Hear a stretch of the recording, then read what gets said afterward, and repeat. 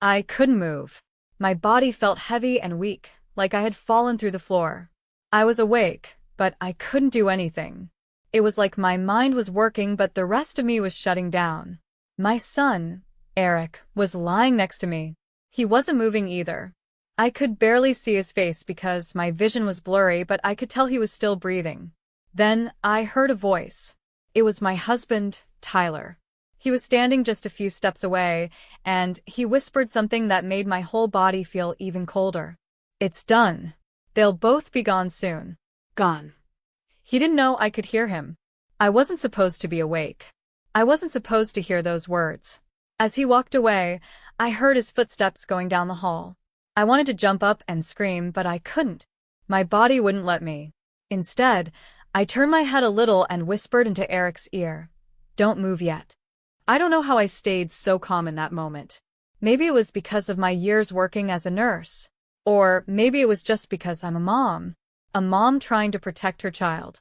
Something inside me said, "Don't panic. Stay still. Something is very wrong." Let me take you back to earlier that day. The last time things felt close to normal, if you could even call our life normal anymore. My name is Laura. I'm 40 years old. I'm a mom, and until not long ago, I was also a wife. I used to be a nurse, but I left my job after Eric was born so I could take care of him full-time. He's my whole world.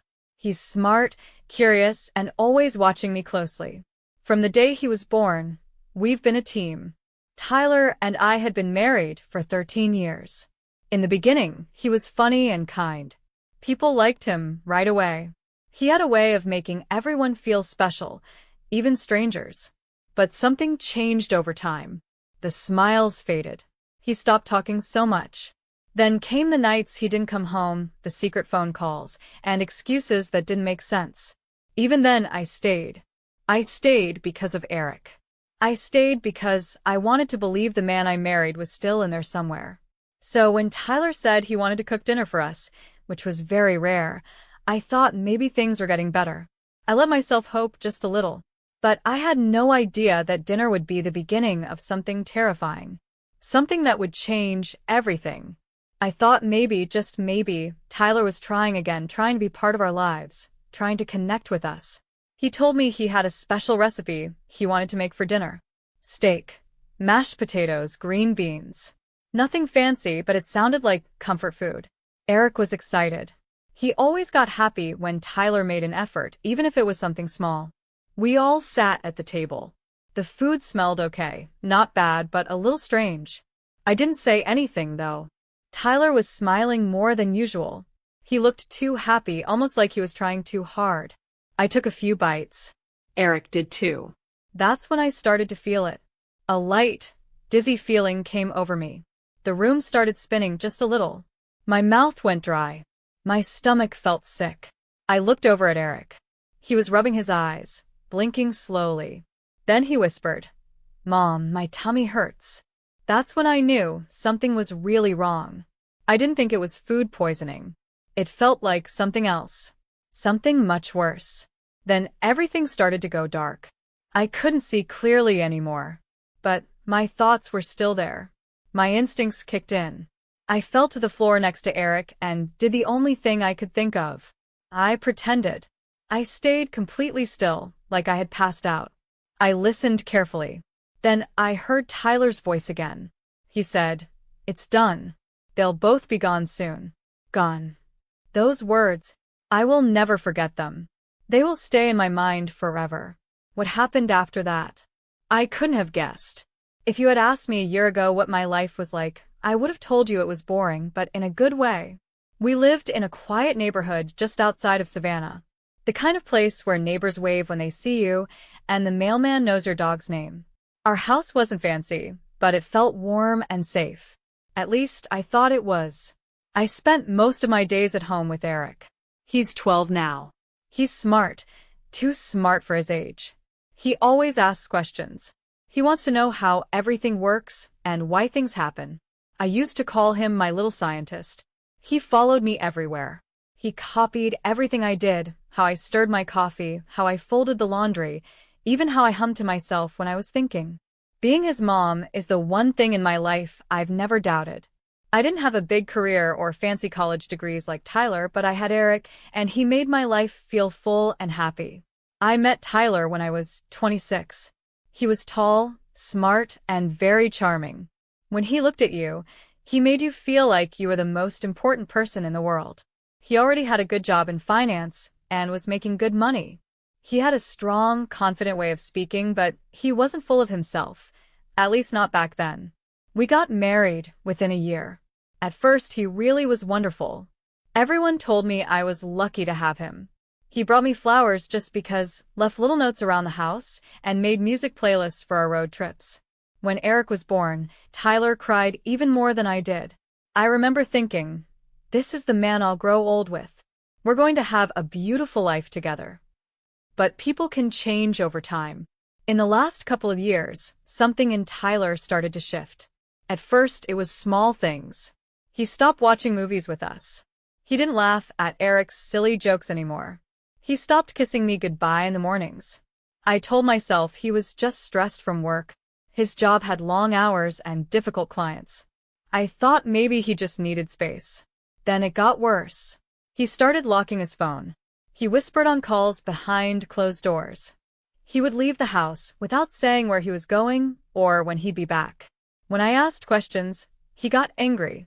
He said I was being paranoid and trying to control him. So I stopped asking. I stayed quiet for Eric's sake. I tried to keep things looking normal. I smiled during dinner. I made small talk. I tried to pretend everything was fine, even though I knew it wasn't. Then, just last week, something odd happened. Tyler came home earlier than he had in months. He actually looked calm for once. He kissed Eric on the head, looked me in the eyes, and said, "I'm cooking dinner tonight." I blinked. "Since when do you cook?" He shrugged and said, "Just wanted to do something nice. You've been working so hard lately." It was such a small thing, but it felt big. It also felt a little strange. Still, I wanted to believe him. I wanted to believe that maybe, just maybe, he was trying to come back to us, to be the man he used to be. So I smiled and said it sounded wonderful. That night, everything changed. I set the table using our nice plates. Eric picked out some music to play while we ate. Tyler was in the kitchen, humming quietly as he stirred the mashed potatoes. For a moment, it felt almost normal again. Almost. But deep down, I felt something wasn't right. It was a quiet feeling, like a small voice inside me warning me. I didn't know how important that feeling would be. Not until it was nearly too late. I remember watching Tyler that night. He stood at the stove, stirring the mashed potatoes like it was something he did all the time. But he didn't. Tyler had never cooked a full dinner in all 13 years of our marriage. Not once. So yes, I was surprised. But I told myself it was a good surprise. Maybe this meant a fresh start. Maybe he really was trying. I wanted so badly to believe that. Dinner was ready around 6. Eric helped set the table and put out our mismatched cloth napkins. He thought they looked fancy. He was excited. His dad was doing something for us. Something simple, something normal. That meant a lot to him. The food looked okay. The steak was a little overcooked. The green beans had too much garlic. But it was the mashed potatoes that seemed strange. They looked too smooth, almost shiny. I can't explain it well, but they just didn't look right. I took a bite. The texture was odd, way too creamy, almost like glue.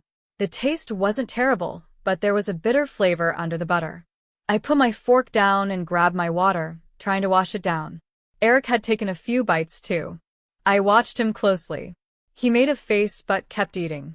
Tyler sat there, saying almost nothing. He just watched us, smiling. I said, "These potatoes taste a little funny." Tyler laughed. He said something like, "Guess I'm not as good a cook as I thought." Then he stood up and started clearing his plate, even though he hadn't finished eating. That's when it hit me. The dizziness started in waves. Not the kind you get when you stand up too fast, but the kind that makes the whole room spin. My fingers felt numb. My mouth was dry and thick, like I couldn't swallow. I blinked, trying to stay focused. Across the table, Eric had gone quiet. He was rubbing his stomach, eyes wide with fear. His little fork dropped onto his plate. Then he looked at me and whispered, "Mom, my tummy hurts." That moment is burned into my memory. He looked so confused, like he knew something was wrong but didn't understand what. That's when my instincts took over. I tried to reach for Eric, but my arm wouldn't move the way it should. My muscles weren't working. My vision started to blur around the edges. It was hard to keep my eyes open. And Tyler, he didn't run over to help. He didn't look scared or worried. He just stood at the sink, slowly scrubbing his hands, like he was washing something away. That's when I knew something was really wrong. My heart was beating fast, even though my body was weak and shutting down. I tried to speak, to call for help, but no words came out. I couldn't move much, but my mind was still clear. One thought repeated over and over in my head: protect Eric. I looked at my son. He was slumping in his chair, clearly feeling what I was feeling. I did the only thing I could think of. I gently reached for him and helped him to the floor next to me as I slowly collapsed. I pretended to pass out. I placed his small hand under mine and gave the tiniest squeeze I could, just enough for him to know I was still there. We both lay there, completely still and quiet. Then Tyler came back into the room. I heard him say it. "It's done. They'll both be gone soon." Those words froze me. He didn't sound upset. There was no fear or sadness in his voice. He was calm, like he had just finished a job, like we were nothing more than tasks to check off a list. I wanted to scream, to get up, to fight back. But I stayed still. I had to. Then I heard him leave the room. When his footsteps were far enough away, I leaned close to Eric and whispered, "Don't move yet." I don't know how long we stayed like that. It might have been 20 seconds, maybe 2 minutes. Time feels strange when you're scared and unable to move. All I could hear was my heartbeat and Eric's quiet breathing. Then we heard Tyler's footsteps going down the hallway. Slow, steady. He stopped near the front door. Then, click, the door closed. He was gone. I opened my eyes just a little. I was scared of what I might see, but the kitchen was empty. I gently touched Eric's back. He stiffened, but didn't move. He was awake. He had heard everything, too. "Bathroom," I whispered. "Go. Spit." "Try to throw up." He looked at me, afraid, but he understood. Eric is only 12, but he's smart. He started crawling toward the hallway, his arms shaking.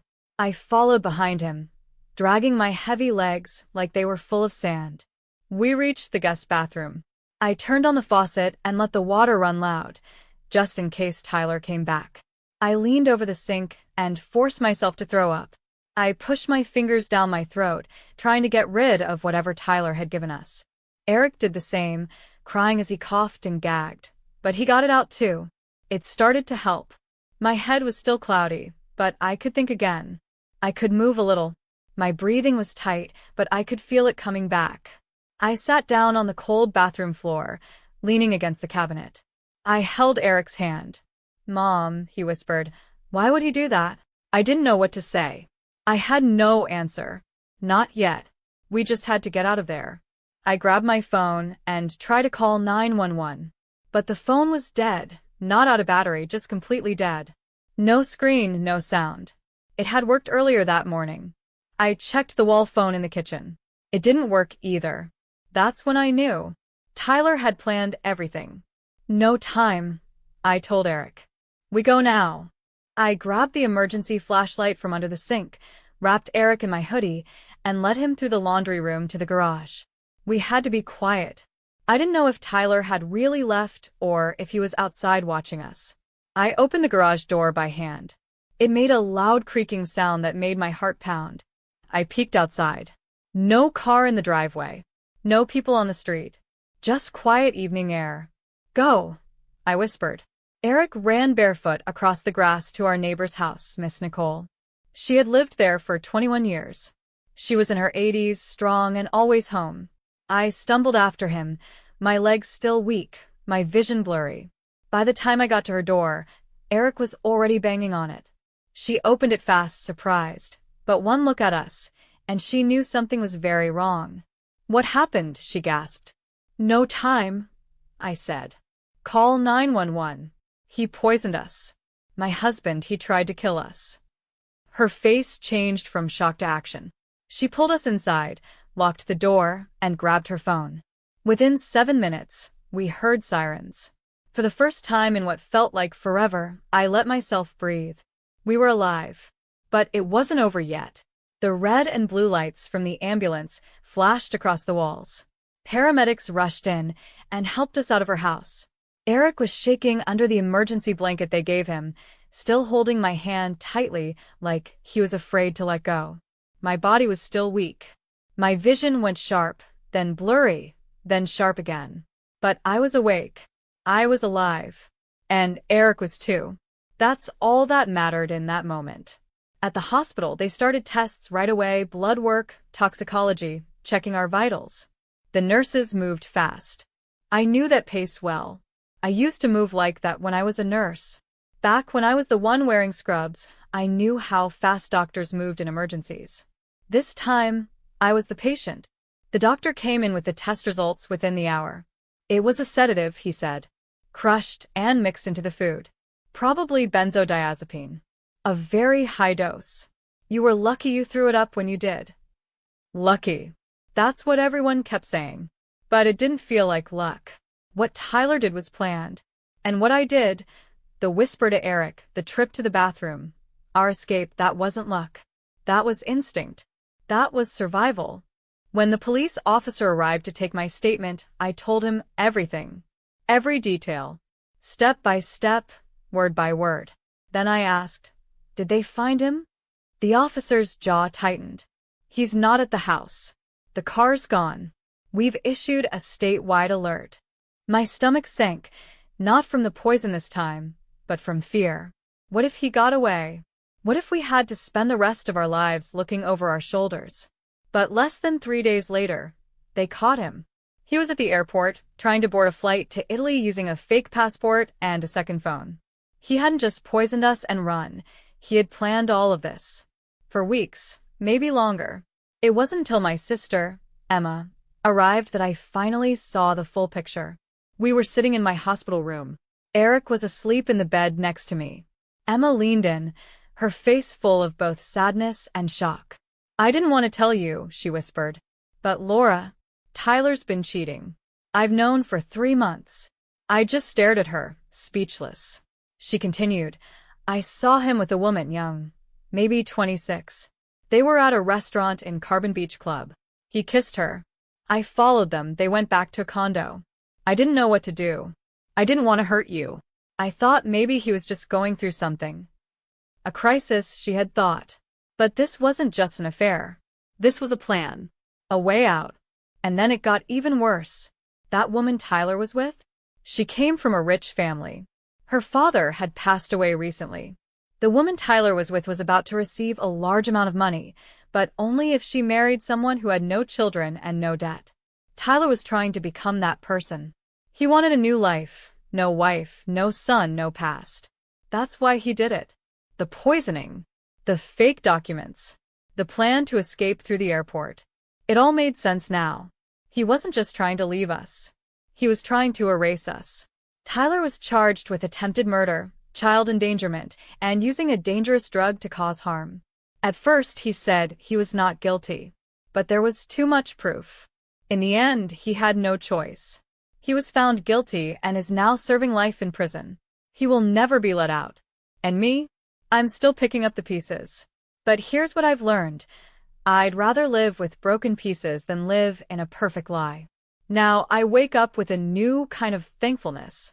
Not for big things like second chances or justice, but for small things, like hearing Eric laugh from the next room, or the quiet sound of the front door locking at night, or sunlight coming through the kitchen window while I make coffee, knowing we are safe. It's been 4 months since that terrible night. For months since I collapsed on the kitchen floor beside Eric.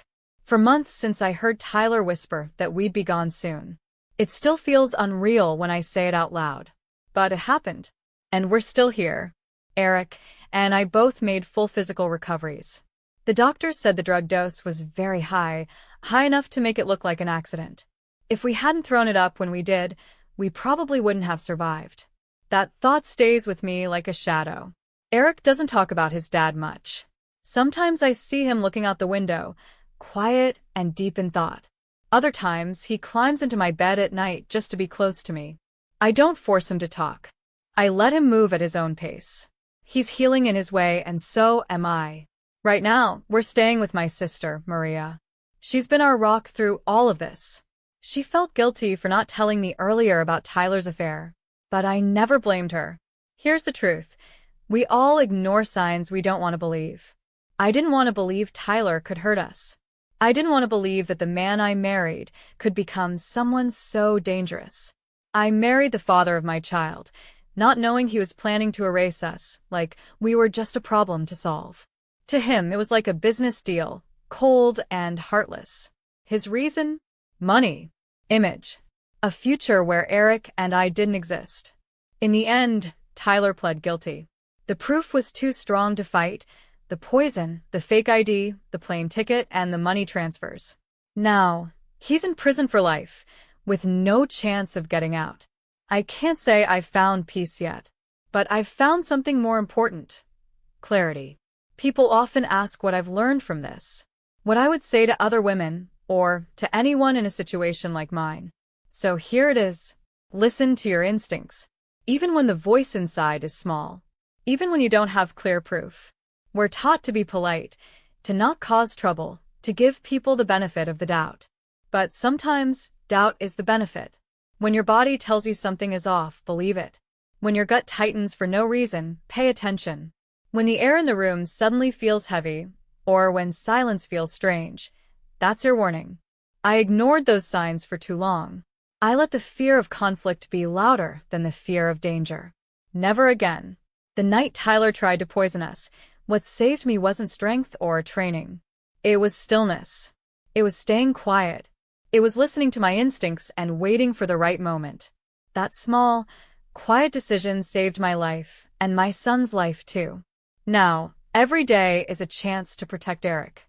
Not just from harm, but from silence, from doubt, from thinking that love means ignoring your own voice. Because real love, the kind that lasts, never puts you in danger. It never makes you feel small. And it never, ever comes with poison.